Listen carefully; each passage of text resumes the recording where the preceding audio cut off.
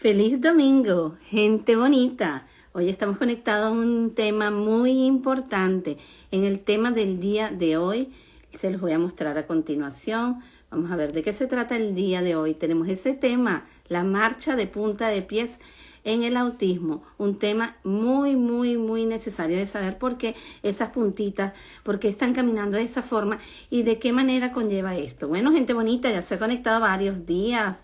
Última, Gaby, tenemos a Licar. ¿De dónde se conecta esta gente tan bonita que está conmigo en este espacio tan especial en donde vamos a compartir de una u otra manera para poder interactuar acerca de un tema impresionante y tan maravilloso? Ahora quiero que me digan, gente bonita, si me están escuchando. ¿Me escuchan por ahí? Vamos a ver, me dicen por ahí si me están escuchando. Hoy la marcha de punta de pies en el autismo.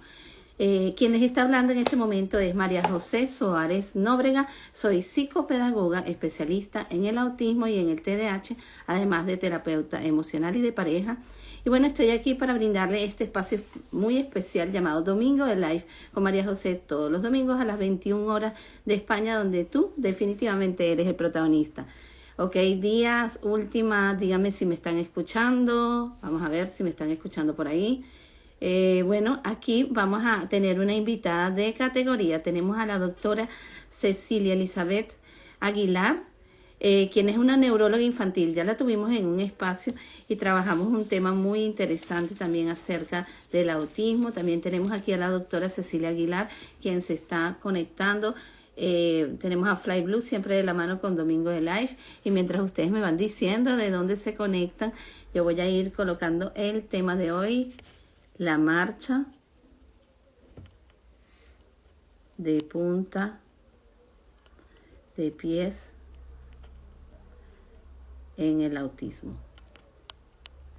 ¿Han notado que en algunos casos del autismo ocurre esta postura? Vamos a ver, sí o no. Aquí tenemos a Última, que se está conectando desde Venezuela, a Miguel también. Vamos a ver de dónde se conecta Miguel. Y bueno, aquí voy a colocar el tema, voy a fijar el comentario. Mientras ustedes me van diciendo de dónde se conecta Moralvis, Fly Blue, de dónde se conecta Fly Blue, Miguel, ok, toda esta gente bonita que está conectada. Y bueno, antes que nada, bueno, vamos a hablar de qué se trata. El detalle del desarrollo, también por qué es ese andar en puntas. También vamos a destacar detalles acerca de lo que son las características del autismo, porque esa postura que tiene que ver la psicomotricidad gruesa, de qué manera es importante destacar por qué ocurre este detalle en ese tipo de caminata. Tenemos a Flyblue desde Lituania, saludos también, tanta gente conectada de tantas partes, de Venezuela, Colombia, Perú, Ecuador, tanta gente bonita que se conecta. Y bueno, vamos a hablar también del apoyo terapéutico y tenemos una maestra de maestras en materia del autismo, a Cecilia Aguilar, a quien le voy a dar la apertura. Mientras tanto, voy a dejar de compartir este enlace para ir pronto a buscar a la doctora. Bueno, aquí vamos a ver, vamos a buscar aquí a la doctora Cecilia Aguilar.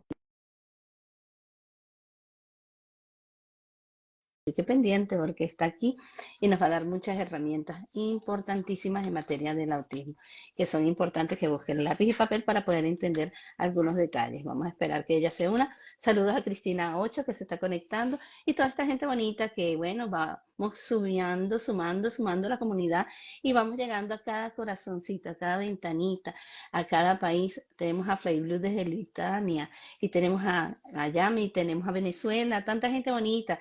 Y eso tan anecdótico de esa marcha en puntitas del autismo. ¿Por qué ocurre? Porque existen casos que se evidencia y porque hay casos en que no se evidencia. ¿De qué manera ese desarrollo evolutivo de estas personitas con autismo que lleva a esa hipotonicidad y a esa postura tan rígida en el caminar y sentirse tan cómodos? Porque muchas veces también es eso, que tendrá que ver lo que es la parte sensorial en este tipo de marcha de pie. Bueno, vamos a ver, voy a volver a invitar a la doctora porque no pudimos hacer contacto con ella. Vamos a ver aquí, voy a volver a mandarle la invitación a la doctora Cecilia Aguilar. Y bueno, una maestra en materia del autismo. Y yo como especialista en el autismo me siento muy honrada de tener personajes tan maravillosos. Tenemos a Rosnelli, saludos desde Portugal, gente tan bonita que enriquece este espacio y nos hace crecer y evolucionar en querer dar más. Y ustedes saben, por ahí en el privado pueden mandarme un mensajito que cualquiera de los temas yo se los haré y se los diré con muchísima emoción para buscar personas que estén con esta voluntad de también hacer un tema maravilloso. Bueno, vamos a tener aquí a la doctora Cecilia, quien se va a conectar en minutos, y vamos a ver de qué manera repercute este tipo de marcha, como se lo dije, de puntitas en el autismo para nosotros encajarnos, entender, porque hay personas que ocurren y hay personas que no ocurren. Vamos a ver de qué manera tenemos a Jeje Draga García, tenemos a Bafermo, tenemos a Jos, Fe, tenemos a Tangramachala, y bueno, tanta gente bonita, y yo muy contenta. Y bueno, vamos a darle un chancecito aquí a la doctora. Y bueno, mientras tanto, vamos, dígame por ahí cuál es, de dónde se conectan. Y bueno, antes que todo, el Día de la Crianza fue ayer, así que el Día del Niño, los niños tan maravillosos que llenan el espacio de tanto bienestar. Y bueno, aquí tenemos a Sir Lujo también que está conectado. ¿De dónde se conecta? Vamos a darle un chancecito porque seguro hay problemas con la conexión, pero se quedan conmigo en este momento especial en Domingo de Life con María José. Así que vamos de una u otra manera, vamos a hacer otra vez contacto con la doctora. Déjame ver aquí, déjenme ir buscando a la doctora Cecilia, ¿ok? Me gustaría muchísimo que me dijeran si hay alguna preguntita que quisieran hacerme así, SOS, antes de empezar el live. Saludos, aquí se sigue conectando mucha gente, manitas. Saludos también a todos, gente linda y bonita. Saludos a Target, tenemos a Ulloa y tenemos a MD Cro 1. Bueno, gente bonita, ¿dónde se conectan? Yo con esa curiosidad, porque sé que este espacio se va creciendo, el bienestar de ustedes, el bienestar de darle una información completa, dinámica y con mucho valor para ustedes. Vamos a ver de qué manera podemos nosotros conectarnos con la doctora y darnos cuenta de que este espacio forma parte de algo que fue construido con el bienestar de nosotros podernos comunicar día a día con ustedes. Saludos, doctora Cecilia, ¿cómo se encuentra? ¿Qué tal? Tuve unos problemas de conexión, pero ya, parece que ya estamos. No importa. Aquí hay mucha gente mandándote saludos, manitas y mucho cariño. Aquí conectada mucha gente. Hice preguntas ahí a ver dónde se conectaban y hay mucha gente muy interesada. Y en el privado también mucha gente con estas expectativas porque ocurría en niños con autismo. En algunos sí, en algunos no. Y bueno, algo importante. Primero, ¿cómo te sientes, Cecilia, en el día de hoy de estar aquí conectado con esta comunidad tan bonita? Bien, todo bien. Bien, acá en Ecuador es un día soleado, hermoso. Justo el 1 de junio es el Día del Niño, entonces es un mes que se celebra mucho la infancia acá en Ecuador y en muchos países de Latinoamérica. Entonces es un mes bonito para los niños, para hablar sobre neurodiversidad. Muy cierto. Bueno, aquí yo quería más o menos ahondear en ese observar de los niños con autismo, que muchas veces vemos que tienen algún mecanismo de buscar marchar de pie, de buscar evidencias de alteraciones. ¿Qué me podrías decir acerca del autismo? Bueno, en primer lugar, la marcha en punta de pie no es exclusiva del autismo, ¿no? Es verdad que es una de las características considerada como una estereotipia realmente. Em, Puede ser de Acabo. varias formas, ¿no? Puede que el niño aprenda a caminar normalmente, o sea, que haga su desarrollo motor normal, que haga el gateo, de sus primeros pasos y camine adecuadamente apoyando bien. Y a medida que pasa el tiempo, cerca de los 18 meses, desarrolle punta de pie. En cambio, hay otros niños que directamente van con el punta de pie marcado, ¿no? Y el punta de pie se incrementa un poco más cuando hay algún periodo de excitación, de alegría, de ansiedad, alguna emoción más intensa, pues la estereotipia aumenta, ¿no? Pero realmente la estereotipia también puede ir cambiando. Hay niños que por ahí hacen el punta de pie poco tiempo, ¿no? Por ejemplo, meses, y después desarrollan más bien patrones como de movimiento, de hiperactividad, de balanceo, y la punta de pie desaparece, ¿no? Entonces, no es algo permanente o exclusivo del autismo, pero sí es muy frecuente. Sí, porque fíjate que hay una marca de que hay unos niños con autismo que lo presentan y hay otros que no, pero sí es un indicador que muchas veces nos hace predecir eso. Ahora, ese andar de punta de pies, en donde el peso queda prácticamente en los talones y los niños separan un poquito los piececitos, en esa infancia se evidencia un tipo de marcha, más o menos que yo diría que se destaca la marcha que de no querer tocar el piso como tal. ¿Qué piensas tú o qué me puedes decir de ese no querer tocar el suelo como tal en estos niños? ¿Por qué no querer calzar o tocarlo o tomar esta postura en específico? No, la parte sensorial, si bien obviamente es parte de, no es no querer tocar el piso, sino que es una postura que aumenta el tono muscular. ¿Está bien? Entonces, no es que lo hacen por no querer pisar. De hecho, más bien sensorialmente hablando, prefieren temperaturas más frías, más reconfortantes, ¿no? Entonces, el tema de apoyar el talón no es tanto el problema, sino más bien eh, la estereotipia se tiene que ver más bien con contracción muscular, o sea, existe un aumento de, puede ser una alegría, puede ser simplemente un interés por hacer algún movimiento, y como tiene un tono muscular inadecuado, entonces aumenta el tono, ¿ok? Pero no es por la falta sensorial, más bien de no querer pisar. Uh-huh. Ok, y ahora si hablamos del autismo como un trastorno en el neurodesarrollo donde se evidencian diferentes cambios, se observa también en estos primeros pasos de marcha, se evidencian mucho estas posturas. ¿Nos podrías decir más o Uh-huh. menos esta alteración de querer pisar de esta manera, de punta de pies, más o menos en qué edad estándar podríamos estar hablando de que esto puede evidenciarse, ocurrir?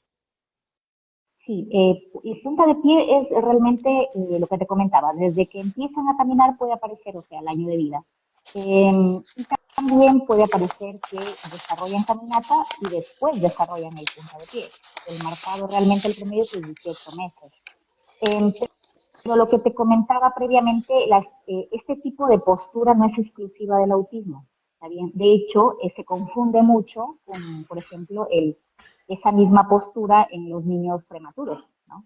En los niños prematuros que tienen afectaciones en el área motora también y además existe el retraso del lenguaje, pueden adoptar esa postura y después evolucionar a algo que se denomina pie equino. Pero también caminan en punta de pie en ese periodo. Entonces, muchas veces se confunde, y como también los prematuros son un grupo de riesgo dentro del autismo, donde hay un poquito más de incidencia de autismo, entonces también suele confundirse. ¿Cuál es la diferencia? Pues el niño prematuro, por ejemplo, mantiene esa postura largo tiempo, incluso si no se interviene, pues se deforma. En cambio, por ahí el niño con TEA puede modularla, el movimiento, de acuerdo a una emoción, al requerimiento, o sea, son periodos más cortos realmente el punta de pie. Fíjate, has mencionado algo que llama mucho la atención y me imagino que muchas de las personas que están aquí conectadas es esta parte de los niños prematuros también tener esta incidencia. Y muchas veces cuando nosotros que somos especialistas en el autismo, al recoger estos datos de la anamnesis inicial, vemos que muchos que son prematuros coinciden en tener este trastorno del neurodesarrollo. Ahora, cuando nosotros vamos a estudiar o se leen diferentes bibliografías, se destaca también que hay una parte que se llaman lo que son los reflejos residuales. Los reflejos residuales, ¿cómo inciden en este tipo de marcha? Claro, los reflejos residuales se refiere a los reflejos arcaicos que también hablamos, ¿no? Los reflejos arcaicos aparecen con el bebé. El más conocido que uno conoce cuando está con los bebés es el reflejo de succión, el reflejo de Moro, que es como que se asustan. Y así son un grupo de reflejos que el bebé nace, que se denominan reflejos primitivos. A medida que los niños desarrollan, que comienzan a caminar, los reflejos se van perdiendo, más que perdiendo, se van incorporando en otras redes neuronales y en otros reflejos, ¿no?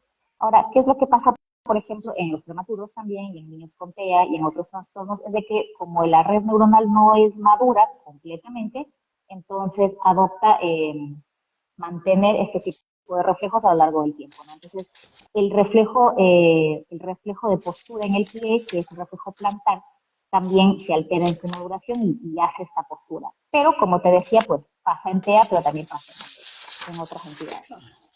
Ok, y ahora si nosotros habláramos del autismo y de esa postura que ellos adquieren, tomando en consideración de que hay primero hay una marcha de punta de pie y se destaca una torsión externa que se aumenta en la medida que se va dando ese desarrollo y de hecho lo vemos porque el niño permanece así en puntitas de pie. ¿Cómo podrías explicarnos esa sobrecarga que se produce, que le produce de una u otra forma placer? Porque me hablabas también de esta parte emocional, que el niño adquiere esa marcha y le gusta este tipo de postura porque se siente plácido, porque le da algún impacto a nivel de sus emociones.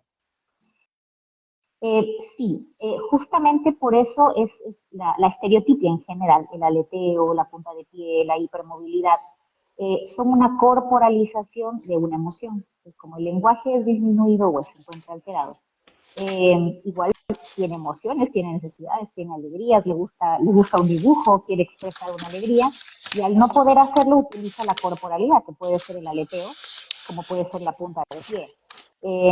A medida que ellos desarrollan lenguaje que pueden expresar la alegría también o la emoción, pues obviamente ya no necesitan este tipo de corporalización, pues y comienzan a hacerlo verbalmente.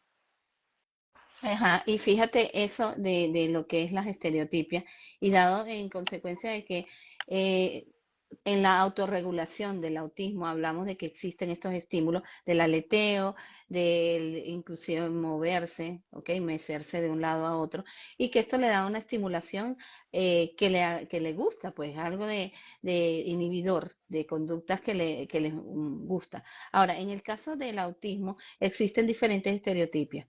¿Por qué se visualiza que ya a la adultez todavía pertenece o permanece esta punta de pies? Realmente no suele ser, o sea, no es que permanece. Realmente la mayoría de los niños que han sido intervenidos desde pequeños, las estereotipias tienden a disminuir. Por ahí no desaparecen al 100%, pero tienden a disminuir. Y eso depende realmente del nivel de intervención que tenga desde pequeño, ¿no? Cuando son pequeños, el tema de punta de pie o de estereotipos se trabaja mucho con terapia ocupacional y con terapia física. Eh, para poder trabajar esta estereotipia a la par que estás trabajando el lenguaje como forma de comunicación. Entonces, realmente la mayoría de los tipos desaparecen. Eh, y se incorpora, pues, se incorpora lenguaje como forma de expresión. Realmente la mayoría de las veces desaparece. Y es verdad que en las formas en donde no hay mucha intervención, o por ahí en un nivel tipo 3 por ahí sí persiste, pero date cuenta que obviamente estamos hablando de menos lenguaje, ¿no? Claro. Ahora fíjate, te hago esta pregunta porque yo tuve la experiencia por ejemplo, compartir con una persona que tenía un autismo combinado con una parálisis cerebral, en donde la estimulación está a nivel de terapia ocupacional, no se le dio al 100% y este ya es un adulto, debe tener como 30 y poco de años, él permanece con la postura de punta de pie e inclusive después de adulto ya no se pudo regular nada, pero ahora, esta postura, teniendo una PC, que es un combinado que sabemos que hay un compromiso motor fuerte, en un combinado de este estilo, también esta estereotipa pudiera evolucionar con un apoyo terapéutico. Cuando tienes más de una entidad, por ejemplo, ahí estamos hablando de un prematuro o de una parálisis cerebral, las Ujú. redes neuronales en el área motora están más complicadas, están más alteradas. Entonces, eh, obviamente ya pasado cierta edad es difícil que la plasticidad neuronal, que esta capacidad de regeneración se realmente se forme un papel importante, ¿no? Entonces, uno siempre habla que los cambios los notas de pequeño. Ya pasada cierta edad en donde ya pasaste la pubertad, por ejemplo, que es una etapa todavía de muy alta plasticidad, ya los cambios que notas son menores. Entonces ya hablas de que eso se queda permanente. Pero si tú hablas de un niño pequeño, pues es más fácil, ¿no? Pero ya un adulto o una persona que ya pasó la pubertad, esa capacidad de regeneración es menor, ¿no? Ok. Ahora, si hablamos, por ejemplo, en el caso de neurología y vemos que este tipo de postura de marcha se presenta, ya nosotros inmediatamente que hablamos de esto, podríamos hablar de de un trastorno como tal al iniciarse esta, o puede ser parte del desarrollo evolutivo de un niño. siempre lo digo en tono de broma, pero suele ser, es verdad, ¿no? Golondrina no hace verano. Si es algo solo, de hecho yo tengo pacientes que están en punta de pie con antecedentes prematuros que no son autistas.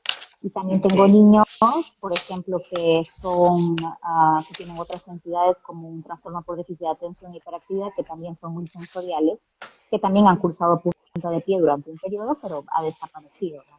Pero si ya estás hablando de un punta de pie, aleteo, retrasos de lenguaje, colalias, conductas que sean poco flexibles, que no te miren a los ojos, que no te hagan seguimiento visual, que hayan problemas ya de comunicación y todo eso, bueno, ahí estamos hablando de que tiene que entrar en evaluación de autismo, ¿no? Ok. Ahora, si evaluamos este problema de la punta de pies cuando es pequeño y vemos que ocurre esta característica de la marcha, podemos decir que vamos a poner el caso que el niño empieza a malformar los pies por esta postura y la lleva por un tiempo y no se ha podido regular.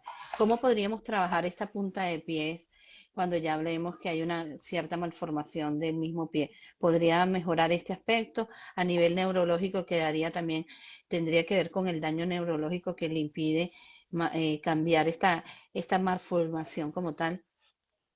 O sea, siempre existe una reeducación, ¿no? La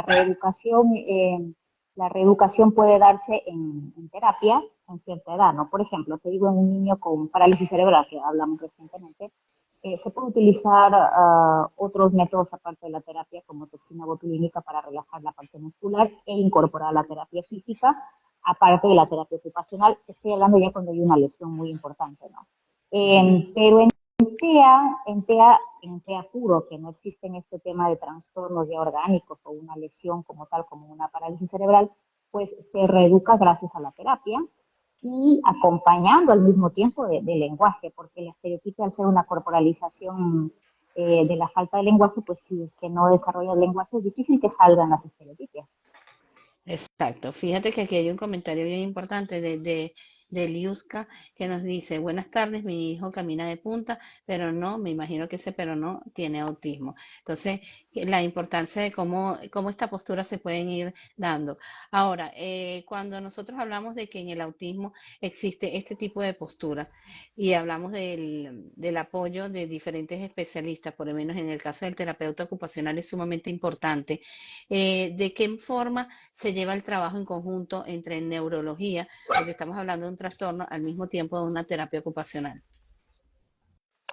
Eh, a ver, en la parte de neurología abordamos más que todo diagnóstico, pero generalmente las evaluaciones también son periódicas una vez realizado el diagnóstico. Entonces, más o menos cada 3 o 6 meses se plantean ciertos objetivos, ¿no? Por decir, el primer objetivo es mejorar la parte de conducta, la parte de conexión, entonces los terapeutas trabajan mucho eso. Después viene la parte física, la parte de coordinación. Generalmente todas esas terapias, es decir, terapia de lenguaje, terapia ocupacional, terapia cognitivo-conductual, son las terapias iniciales. Ahí se aborda de forma conjunta, ¿no? Entonces, estamos hablando de varias horas, ¿no? Los modelos que son de Denver, que son por ahí los que tienen un poco más de apoyo o fundamento, te habla hasta de 20 horas por semana. Mm, Estamos hablando de un montón de terapia, ¿no? Que eso en países como el mío estamos todavía bastante lejos, ¿no? Eh, 20 horas por semana, eso implica, según estos protocolos, alrededor de 10 horas en apoyo terapéutico multidisciplinario, no dividido en ocupacional, lenguaje, ¿no? Y 10 horas en casa, con padres que están aprendiendo, entrenándose, incorporando las estrategias en casa. Estamos hablando de 20 horas por semana. Entonces, en esa parte, que es la parte inicial, estamos hablando de 2 años, 3 años, ahí se trabajan estas estereotipias y si es que todo va bien, generalmente cuando estás en ingreso escolar ya no tienes estereotipias. Eso pasa en el mundo ideal, ¿no? claro, En el mundo ideal. exactamente, En, el, exactamente. en países como el mío, en donde hacemos el diagnóstico por ahí un poco más tarde, porque la red de salud es un poco difícil, por ahí llegamos a un diagnóstico recién a los 4 o 5 años, cuando hay el filtro escolar, entonces donde las maestras, toda la red como se filtra, y recién ahí estamos tratando de incorporar todo al mismo tiempo, pero con poca terapia. Entonces es difícil, ¿no? Por eso es que por ahí puedes encontrar niños de 7, 8 años que tienen estereotipias. Claro, y ahora en el caso de nacer el niño y empezar a presentar estos comportamientos y vemos y vamos dándonos cuenta que su proceso evolutivo empieza a presentar este tipo de marcha y voy a incorporar también algunas estereotipias, pues algunas de repente mueve sus manitas constantemente. Podríamos hablar que la terapia, lo que es la estimulación temprana, también podría ser un gran apoyo para este tipo de posturas. Sí, generalmente en niños en grupos de riesgo que uno habla, ¿no? Ujú. Por ejemplo, grupos de riesgo es un prematuro, un niño que ha tenido alguna falta de oxígeno, aquellos niños que la madre tuvo preeclampsia, tienen un neo, eh, los niños, por ejemplo, que son hermanos de niños con TEA, que están como grupos de más vigilancia, que uno vigila un poco Ok. más. Se habla de que esos grupos deberían entrar a estimulación temprana. Eh, Estimulación temprana, pues hasta que vayan alcanzando sus hitos, ¿no? Entonces, hasta ahí se va vigilando la caminata, el lenguaje, y ahí se va detectando. Ese es el mundo ideal. Eh, para que ya año y medio ya estés detectando si es que hay realmente un signo de alarma de TEA, ¿no? Claro, y algo importante y necesario que hay que comprender que definitivamente al existir la estimulación de cualquier tipo, ya sea a nivel terapéutico, nosotros podemos lograr, inclusive en el autismo, vemos que mientras más hablamos de estimulación y de apoyo, más el niño evoluciona. Aquí tenemos a Deliuska que nos dice que si podemos hablar de temas de déficit de atención, los vamos a tocar en otros momentos. De todas maneras, lo puedes escribir esos temas que quieres, me lo puedes enviar para yo tenerlos por allí, porque hay personas que han escrito temas. Ahora, en el caso de esta, vamos a llamarla postura de pies, podríamos hablar de que esta postura que ya lleva, por ejemplo, 2 años y el niño continúa haciéndola, de repente baja un poco la intensidad, pero la continúa haciendo, podríamos pensar que esa postura podría llegar a ser una hipertonía muscular, que tenga mucha rigidez. Llega a pasar cierto tiempo. eh, si pasa cierto tiempo, por ejemplo, estoy hablando 5 o 6 años, y Ujú. persiste en esta contractura muscular, pues sí genera problemas porque el cuerpo es un eje. Entonces, obviamente, si tú generas un balance alterado, pues vas a afectar ciertos músculos. Entonces, los gemelos te van a alterar. Pero también la postura, eso también depende de muchas cosas, ¿no? Del peso, de qué tanto de terapia recibe, la coordinación, en fin. Pero obviamente que te altera los grupos musculares en piernas y cadera, ¿no? A la larga. Claro, y una de las cosas importantes es esta parte de la rigidez y de darnos cuenta de que esto es un patrón, yo lo veo desde este punto de vista, porque he tenido niños que caminan así y niños que no caminan así y reciben la estimulación, que también hay que tener una cosa que es la constancia, la resistencia y la perseverancia en esto, porque el autismo tiene una característica muy importante, que es diría yo, la inflexibilidad a nivel cognitivo. Entonces, ¿qué ocurre? Me gusta esta postura, me cuesta quitarla, vuelvo y sigo con esta postura. Lo que se llama esa rigidez cognitiva tiene mucho componente con este tipo de marcha. En todas las características del autismo, ¿no? Porque esta falta de flexibilidad, de hecho, es uno de los criterios para hablar de TEA. Pasa en todo, pasa en la forma en que duermen, en cómo se comunican, en la forma en que comen, que también es un problema, porque no quieren variación. Existe en las estereotipias, porque las estereotipias son una forma de corporalizar una emoción, les genera placer, alegría hacerlo. No es algo que les genera disconfort. Entonces, obviamente, uno trata de hacer lo que a uno le gusta. Entonces, por eso viene la reeducación, tratar de hacer entender que existen otras formas de sentir esa alegría y de expresar ese placer con otra estrategia, ¿no? Pero esa reeducación lleva tiempo, como tú dices, o sea, en TEA, yo creo que también por eso es de que muchas familias a veces caen en cosas que no están comprobadas en TEA, ¿no? Es por este tiempo prolongado que requiere encontrar un resultado, ¿no? Entonces, bueno, ¿y cuándo va a hablar? ¿Y cuándo va a comer? ¿Y cuándo va a hacer? ¿Cómo va a ir a la escuela? ¿Y cuándo va a tener amigos? O sea, esta constante, eso implica perseverancia en la familia y es largo y lleva tiempo y lleva dinero. Entonces, esta reeducación es prolongada y eso es en todos los aspectos del tema. Sí, y una de las cosas que deben tomar conciencia las personas que están involucradas con esta persona con autismo, que la perseverancia, la insistencia y lo poco resulta ser bastante. ¿Por qué? Porque ese poquito que va haciendo poquito, poquito, poquito, hace que haya un componente y tenemos que darnos cuenta que estamos trabajando con un patrón que tiene intereses muy diferentes a los que nosotros tenemos y tenemos que amoldarnos muchas veces a estos intereses. Ahora, aquí hay una pregunta que no es del tema, pero la voy a leer también. Dice, buenas tardes, una pregunta. Cuando un niño pronuncia bien las palabras, sino la mitad. Por ejemplo, en vez de profe dice maeta, ¿ok? Aquí hay una dificultad del lenguaje, lógicamente. ¿Qué piensas tú de esta pregunta, Cecilia? Claro, eso suele ser más frecuente, ¿no? Los trastornos en el habla o de articulación pues son más frecuentes y a veces son periodos nada más en los niños cuando recién están formulando su lenguaje, ¿no? Cuando son pequeñitos. Pero claro, obviamente el lenguaje tiene que evolucionar rápido. A los 2 años ya comienzan a hablar un poco más, a los 3 ya tienen que tratar de explicarte. Todavía a los 3 existen estas fallas en el habla, en la articulación. La parte fonológica existen todavía problemas, pero tienen que ir superándolos, ¿no? Rápidamente, ¿no? Pero claro, no hablando de TEA. Ujú. Y una de las cosas importantes, apoyarte con un especialista en el área del lenguaje que te pueda dar herramientas. Y hay algo que siempre he observado, que muchas veces hablo con los padres de una manera muy directa, es lo que se escucha mal no se puede premiar. ¿Por qué? Pues si yo escucho maeta y digo muy bien, sí, la maestra, el niño se acostumbra a decir maeta, maeta, y es difícil después de revertir ese proceso porque ya hubo una aceptación. Ahora dice Palme Martínez, siempre marcha en punta y no lenguaje en 3 años. Puede ser otro trastorno.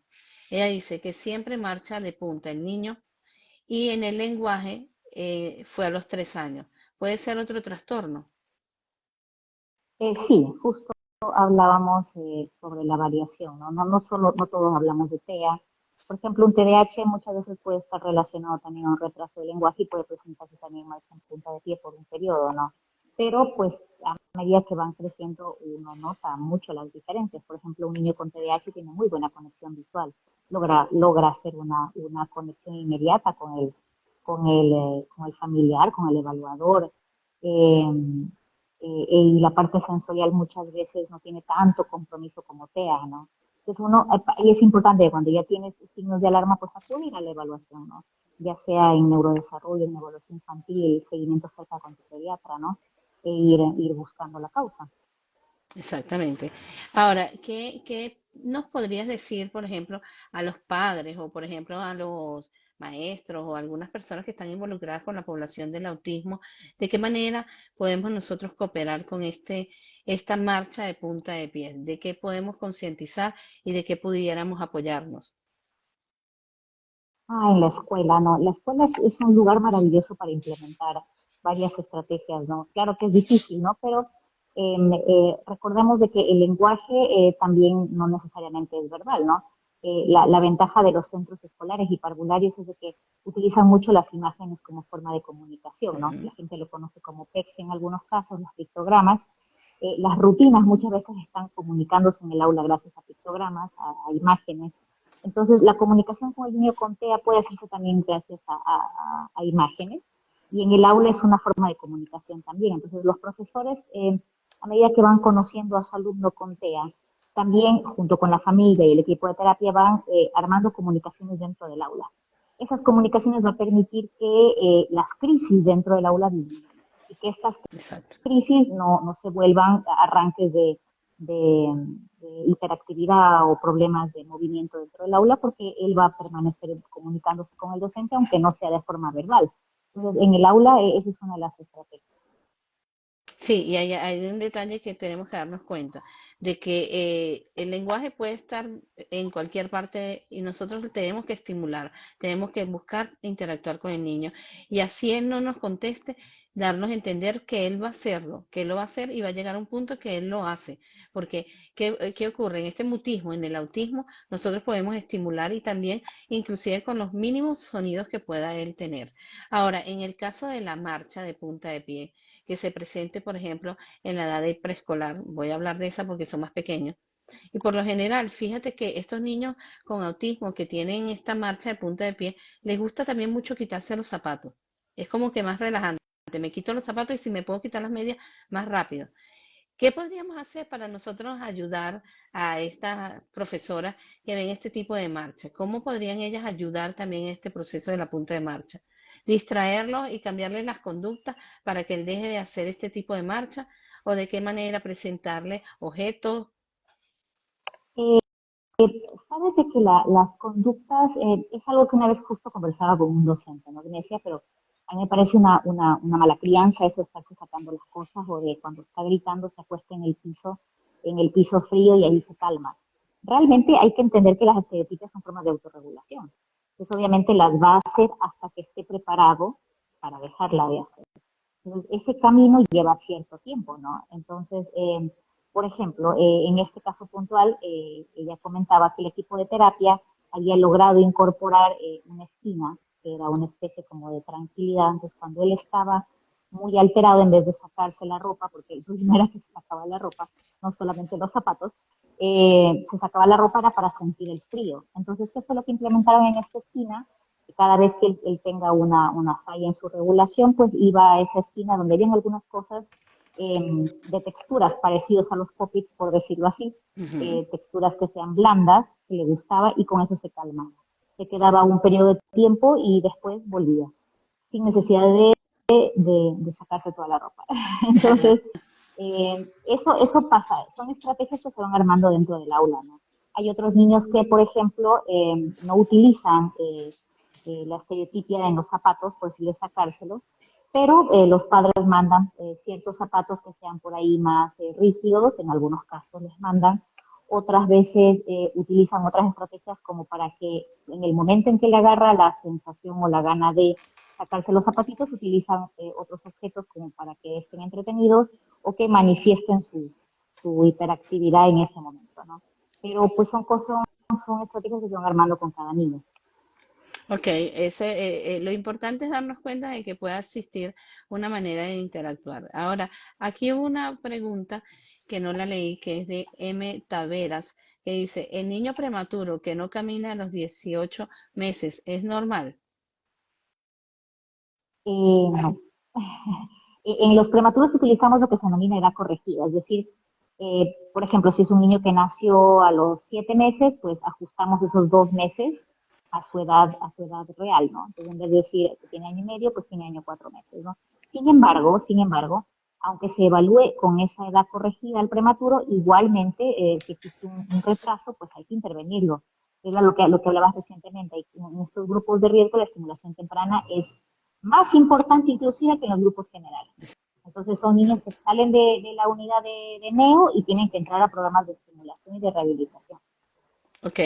Aquí tenemos a Gisela Arreaza que nos dice, ¿cómo corregir el caminar de punta de pies en autismo cuando el niño ya tiene 10 años en la escuela? Ya, mira, eso justo lo hablamos hace poco, ¿no?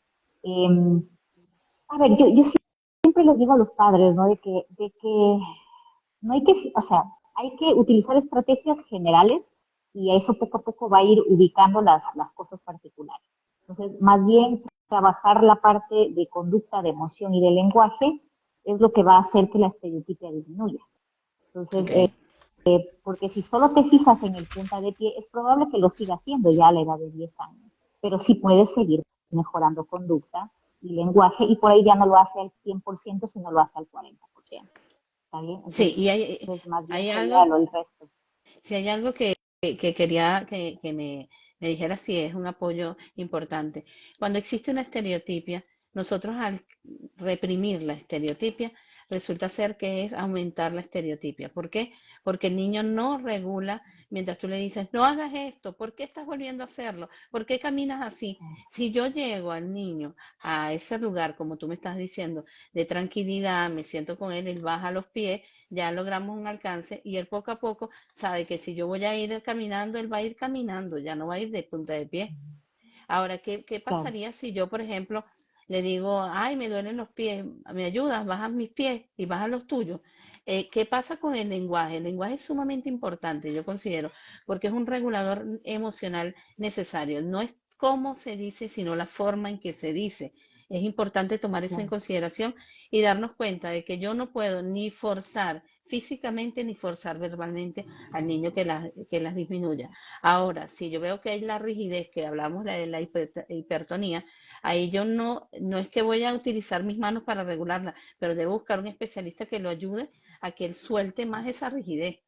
Y ahí tendríamos estrategias para poder tratar. Aquí hay otra persona que dice, Liuska Aveda, ¿cómo puedo corregir la marcha de punta de pies de mis hijos? Bueno, son detallitos que hemos empezado a decir, el lenguaje, trabajar la parte emocional. Y yo pienso que, yo no sé cómo lo ves tú, Cecilia, yo he conseguido en la entrada de centros que he ido a visitar a niños que están haciendo estereotipias, sobre todo con las manos, están aleteando. Y resulta ser que, bueno, sé que es una emoción porque yo llegué o porque vieron a alguien diferente y yo simplemente los tomo de las manitas y empiezo a hablar y él va bajando el movimiento. Entonces, fíjense, una cosa es yo tomarlo de las manitas y él poco a poco va soltando esa conducta a que yo simplemente le agarre los brazos y le digo, no lo hagas y mírame. Porque, ¿qué ocurre? El proceso del autismo, mientras más se hace rígidamente, menos evolución se consigue, porque él se estanca en esa conducta que es un regulador y tú no lo quieres entender. Hay algo también que en las estereotipias es algo que no podemos forzar, ni lo podemos eliminar y extinguir totalmente porque no se debe. Ahora, ¿existe algún detalle más a nivel de tu experiencia en cuanto a esta caminar en punta de pies, mamá, papá, qué pueden hacer en casa?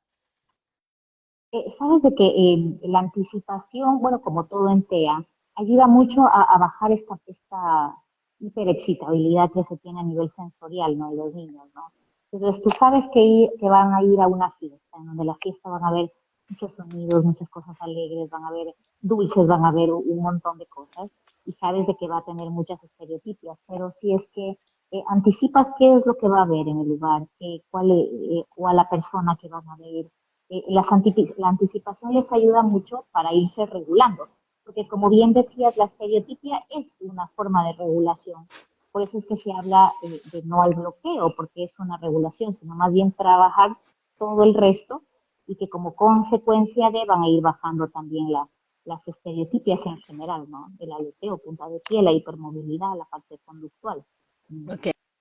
Aquí hay una pregunta muy interesante que dice Mercedes Ojeda, dice, hola, vivo en un pueblito de Córdoba y tengo un niño con síndrome de Down. Tiene 2 años y le está costando hablar. Él también, él también tiene amigos con autismo. ¿Qué piensas de esto? Yo Dame pienso que aquí un hay, minutito, conecto algo de la. ¿ok? Yo voy a ir hablando aquí un poquito de esto. El síndrome de Ajá. Down tiene una característica que socializa muy rápido. Él socializa muy rápido, tiene una interacción bastante positiva, pero también imita muchos comportamientos. Entonces, ¿qué ocurre? Si el estándar se ríe, él se ríe. Si el estándar llora, lloran. Entonces, ¿qué ocurre? Esta conducta puede ser que él está imitando y por tanto está dejando de conversar. Es importante siempre estimularle esta parte de debes conversar con tus amiguitos, ayuda a tus amiguitos, enséñales cómo pueden comunicarse, enséñales cómo decir hola de una u otra manera, porque ellos tienen algo. Ellos como son imitadores y pueden conseguir ayudar y apoyar en cualquier actividad, ellos podrían con el lenguaje apoyar a esta población. Ahora, no sé si quisieras puntualizar alguna otra cosita, Cecilia, acerca de esta pregunta sobre el síndrome de Down. Estoy justo arreglando un tema de la batería. Dame un segundito. No hay problema. Entonces, fíjense, gente bonita, aquí estamos hablando acerca de la marcha de punta de pies en el autismo y hemos puntualizado de que es una estereotipia que debemos nosotros regular y regular de una manera armónica, con amor, con cariño y con dedicación. Hay algo importante, es el lenguaje y el amor que podemos expresar para que el niño pueda regular, no utilizar de repente las formas estándar de hablar que no sean positivas y ni tampoco utilizar la presión física para que ellos dejen de hacer este tipo de aleteo, este tipo de conductas de marchar en punta, ¿ok? Aquí también saludos a Desluzca, gracias también por compartir con nosotros. Bueno, al final diremos las redes sociales de la doctora, este, importante, ¿Me, que es esta, me escuchas ahí? te escucho, Sí, perfecto. sí, perfecto. Bien. Casi. Ok. Ya, ahí estamos. Ujú. Ok, ya va, que aquí se me desconectó también. Ahora sí. Bueno, saludos a Liliana Arroyaba, a Gaby Boutique, a Blanca Mar, que se han unido. Y bueno, estamos hablando acerca de la marcha de punta de pies en el autismo y quedamos en este tema importante acerca de la pregunta ya la voy a buscar aquí, la pregunta de Mercedes Ojeda, que dice que viven en Córdoba, tiene un niño de 2 años y comparte con amigos con autismo y ha dejado de hablar. ¿Qué podrías decirle a esta señora? A ver, es verdad que muchas conductas son imitativas, pero realmente la ausencia de lenguaje, por estar rodeado de, pues no es el lenguaje es algo innato que tiene que irse evolucionando con los niños, pero no creo que sea por estar rodeado de niños TEA. Habría que ver cómo son las estrategias en el aula, o sea, investigar un poco más al respecto, pero no por estar junto con niños TEA. Sí, yo lo que pienso es que puede haber una cierta, en algunos momentos, una cierta imitación, porque algunas conductas de los niños TEA con la actividad también puede estar valorizada en eso. Pero también hay que tomar en consideración una cosa. Si vemos que este comportamiento ocurre, debemos hablar con el docente y preguntar cómo es la dinámica, porque el ambiente yo diría que es un puente importantísimo para nosotros entender por qué y el porqué de diferentes conductas en mi hijo. Aquí tenemos otra pregunta de Ma Taveras que dice, ¿el autismo tiene que ver con el retraso para un niño caminar a tiempo? O sea, una de las características dentro de TEA están algunas conductas como caminata, que es la punta de pie, pero claro, lo que hablábamos es que no es exclusivo, ¿no? El TEA incluye más características, no solo el punta de pie, el retraso del lenguaje, la ausencia de conexión en la mirada, las conductas inflexivas, el aislamiento, o sea, implica mucho más aparte solamente del punta de pie. Y más bien el retraso en la marcha por sí solo tiene que investigarse también, porque hay muchos niños que tienen un excelente nivel de conexión social, un excelente lenguaje, pero tienen hipotonía, que es la falta Sí. muscular, la falta de fuerza muscular. Entonces, por ahí solita la hipotonía, pues no, pero sí sumado como parte de, si aparece un punta de pie, pues sí. Ok, y hay que ver también la evolución del niño, cómo va esa evolución y vemos cómo va también ese desarrollo muscular en él y ese desarrollo a nivel de los huesos. Ahora, aquí había una preguntita acerca de dónde te podían conseguir en las redes sociales, Cecilia. Sí, en redes sociales, bueno, en Instagram, como doctora Cecilia Aguilar, que justo estamos, igualmente en Twitter también estamos, y próximamente, creo que la próxima semana ya vamos a publicar la página web, donde vamos a tener también algunos talleres gratuitos para padres, eh, que también a fin de mes ya van a salir las fechas. Entonces, siempre tratando de informar un poco, no solo en TEA, sino también en otros ámbitos de la neurología infantil, ¿no? Viste que ahí uno ve también otros ámbitos aparte del TEA, ¿no? TDAH, aprendizaje, epilepsias, en fin, ¿no? Que forma parte de neurología infantil. Ok, aquí hay unas preguntitas finales que nos están haciendo. Ya te voy a decir, aquí dice Ximena Vires, normalmente, ¿cuál es la edad que debería hablar un niño? No, pues, al año ya te comienzan a decir alrededor de 10 palabras, ¿no? Cerca del año, ¿no? Generalmente Sí. son las palabras más comunes, agua, teta, mamá, papá. Ya pasado el año y medio viene la jerga, como que estuvieran empezando a hablar, pero todavía no arman bien las estructuras. Ya cerca de los 2 años ya comienzan las pequeñas oraciones. Mamá, vamos, quiero teta, upa, papá. Ya en la evolución entre los 2 y los 3 años es muy rápido. Esas redes neuronales se forman en una gran cantidad. Entonces el niño ya desarrolla el lenguaje ya más estructurado, donde comienza a armar pequeñas oraciones, ya explicando las cosas, explicando sus necesidades y obviamente ya evoluciona cuando entran a inicial 1, inicial 2, que son 3 4 años, ya se comunican por ahí con algunas formas todavía alteradas, pero ya se comunican contando las cosas. Perfecto. Aquí tenemos a la 6698 que dice, hola, buenas noches o tarde. Una pregunta, mi hija tiene 3 años y tiene una PCI. Ella se demora en caminar y en hablar. Claro, habría que ver qué tipo de parálisis cerebral, ¿no? Pero dentro de parálisis cerebral, pues hay eh, una PCI, por ejemplo, que tendría que ver con tono muscular hipertónica o espástica, pues ahí el tono muscular se altera. Ahí pueden tomar también posturas en punta, también podrían llegar a hacerlo en las primeras etapas. Y muchas veces cuando se afecta el área del lenguaje, que es el área izquierda, pues también hay retrasos en el habla, otras veces también otros problemas como comorbilidades y más.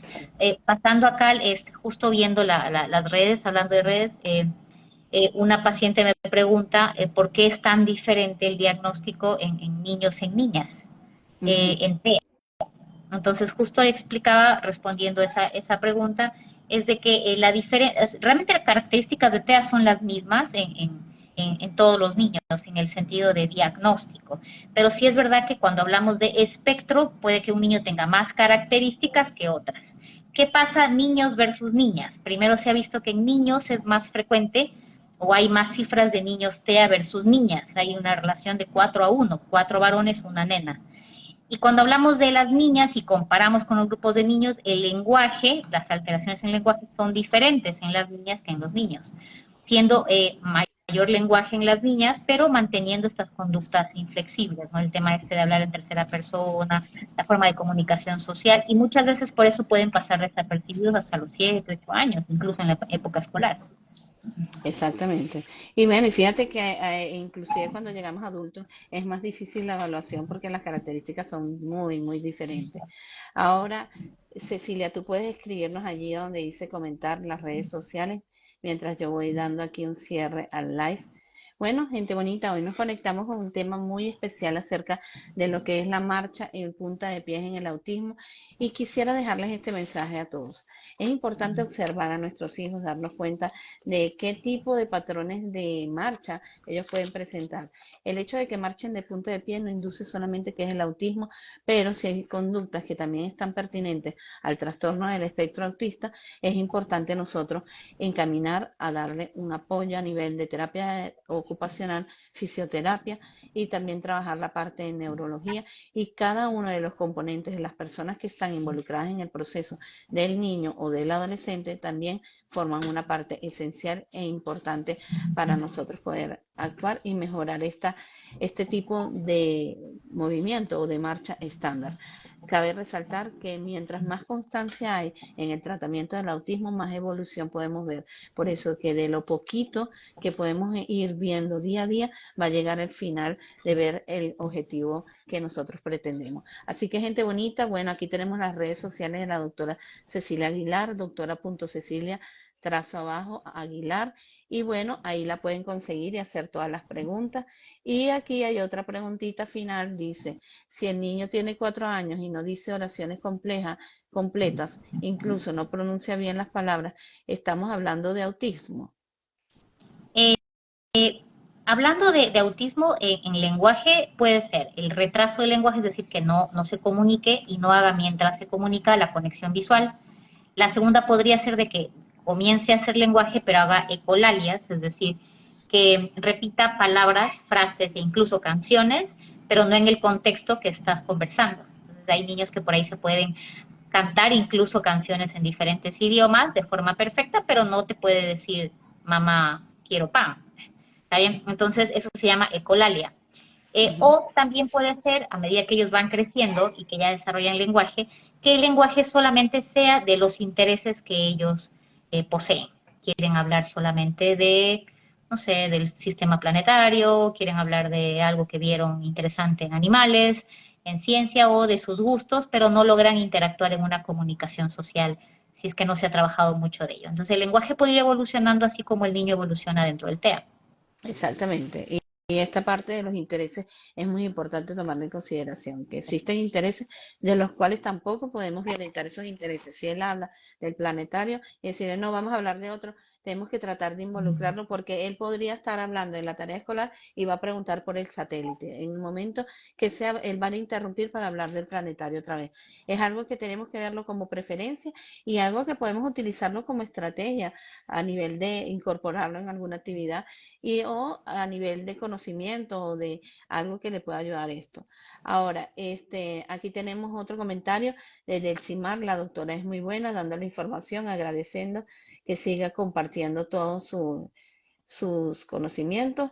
Y Delicaz te dice muchas gracias, excelente conversatorio. Bueno, muchísimas gracias Cecilia por acompañarme. Para mí siempre es un honor tenerte aquí en el espacio.